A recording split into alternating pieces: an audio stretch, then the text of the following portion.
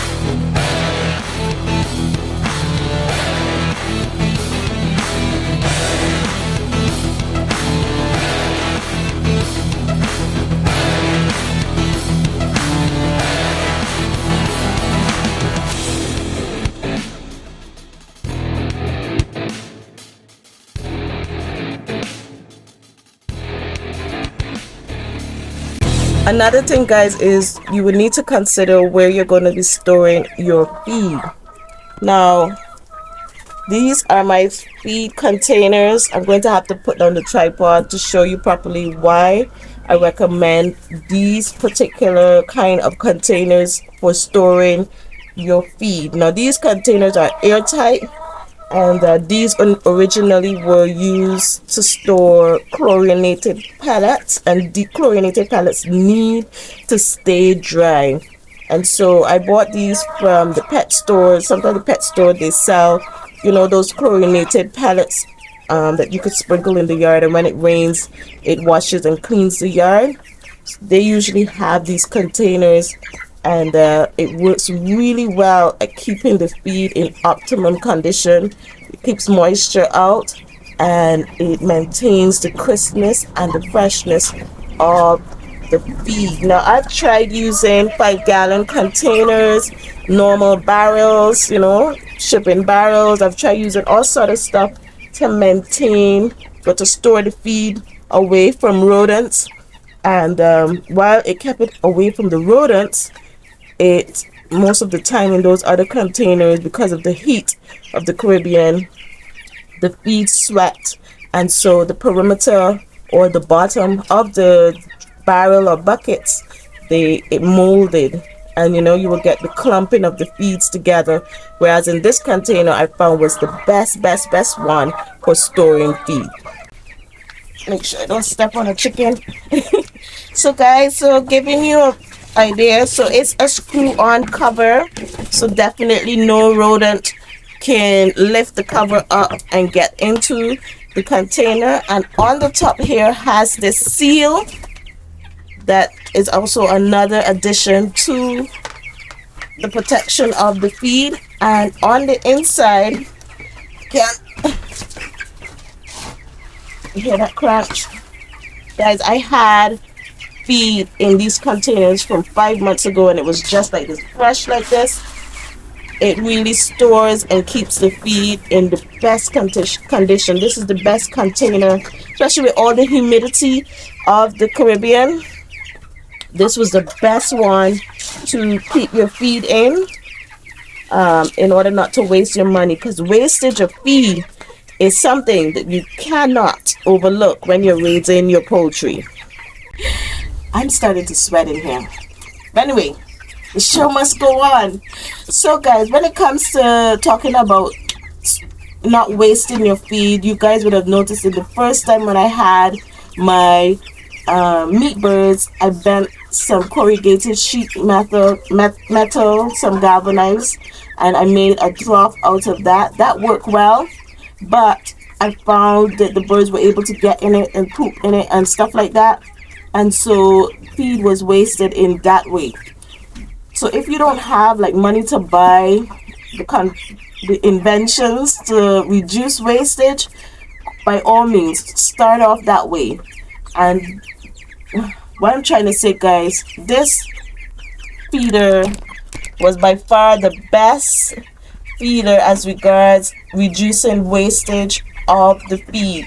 So when you're getting started, I would recommend buying these types of feeders, because the birds, they don't scratch. The meat birds mostly. The laying hens would probably scratch and throw this everywhere, but the meat birds, they don't scatter it all over the place. They're more interested in eating it, and you have to put it at a height where they're not so comfortable that they go in the feeding container and waste the feed. Feeding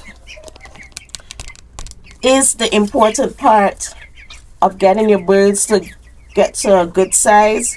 And feed is no longer cheap. It's very, very expensive to buy feed. Well, I shouldn't say very, very expensive. It's costly, and if you don't manage your feed well, then you you will end up spending more for your chickens than less. So far, guys, for these 50 chickens, I bought 1 bag of starter, and I had zero wastage with that, guys. I started 50-pound bag of starter, and then I am now at finisher. The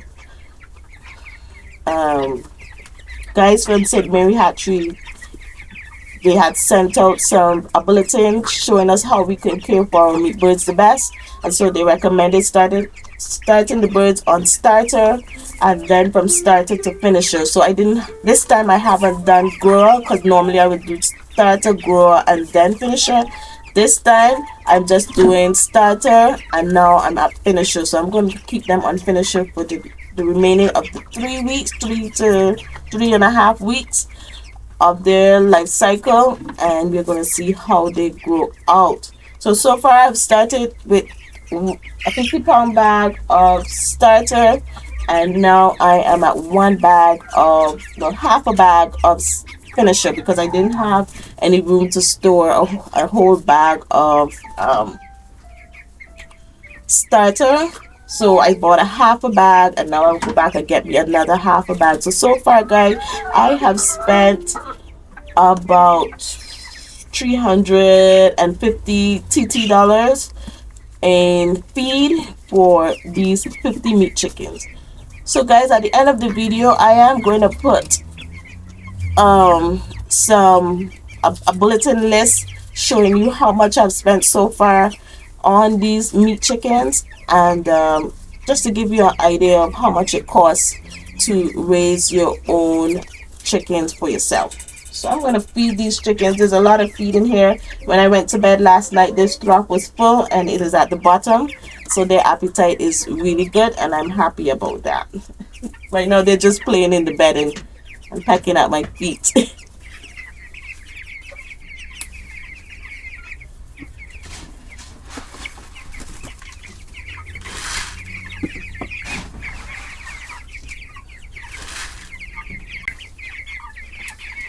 Another thing that I found that they enjoy is cracked corn.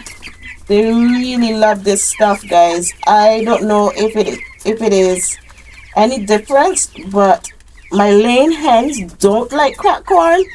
They actually pick it out and scatter it all over the coop. But the meat birds, they enjoy the cracked corn. So I found that mixing it into their feed, they are enjoying it. And I think the hardness of the corn too will help them with their digestion in their gizzard, you know, be that roughage to help them grind their food. And so I don't know if it adds to the sweetness of the meat, guys, but they love it. They love cracked corn. And you don't have to buy a whole lot. You just sprinkle it into their food. And let me show you what I'm talking about. And I say they love this cracked corn. I just sprinkle a little bit in here and there, going crazy.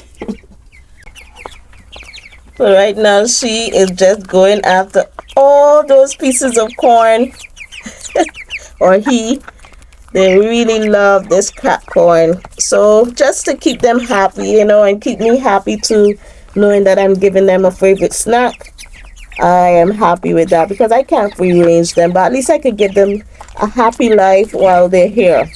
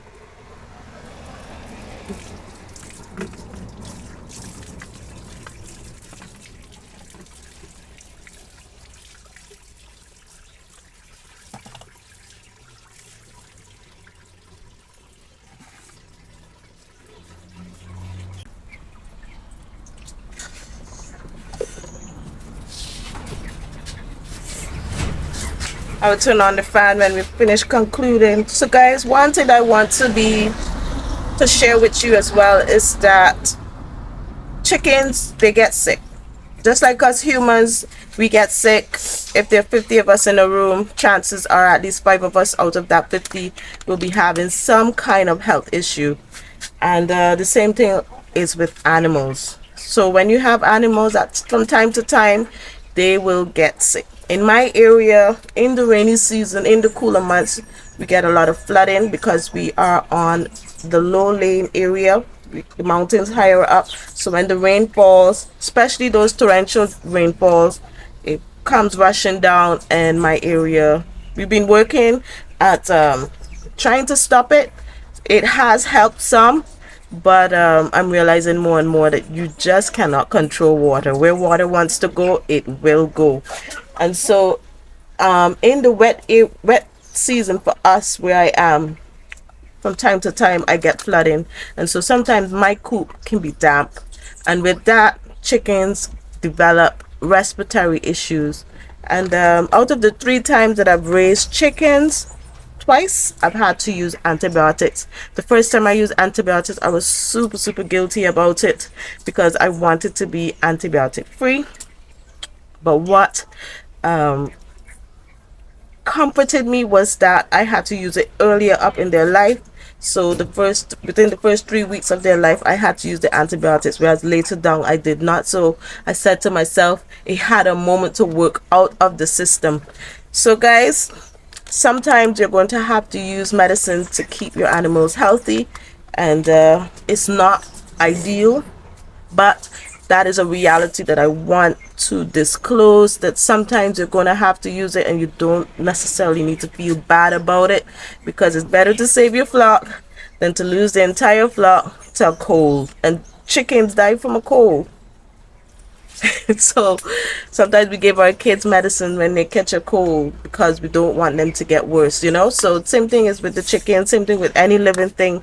They will need medicine because no one is perfect. So what I use is this Aliceril WS. This is a antibiotic mixed with a vitamin. I like this because sometimes when I just take the antibiotic, I don't put enough vitamin that they need to, you know, help them feel better and get better. So this has just the right dosage for them. I also still add in a bit of my organic poultry vitamins in their water. This mixes into their water for a 3-gallon container. I use 2.5 ml, which is a half teaspoon of this. It's quite strong, and I used it the last week, guys, because the chicken started to have this rattle, like a I was hearing it in their breathing, and so I used it to treat and also be a preventative measure, because if they get sick, the laying hens will get sick. So I didn't want the laying hens to get sick, so I needed to control it right away. So practicing good husbandry by keeping your coop clean, by being vigilant as regards, you know, the health of your birds, will make your life a whole lot easier. Guys, I hope you enjoyed today's video. Please, if you did, give me a big thumbs up and leave your comments down below if you've seen that I'm doing something that I need to improve on. Please share it with me. This is my first time, but what I want to do is encourage you, if you want to, jump right into raising your own meat birds or meat rabbits. Just jump right in. What are you standing on? Okay. So guys, again, give me that thumbs up and share the video with others who may be looking out to doing this on their own. You can start with 10 birds, 5 birds. You can just start with that, guys, and build your way up, and you will see, first, the drastic difference in the taste, and 2, you will feel so good about it when you're cooking it. It will be so good. Anyway, guys, I hope you enjoyed today being with me in my yard stead. Lots of meat, love from me to you, and I'll see you guys in the next one. Bye. Bye.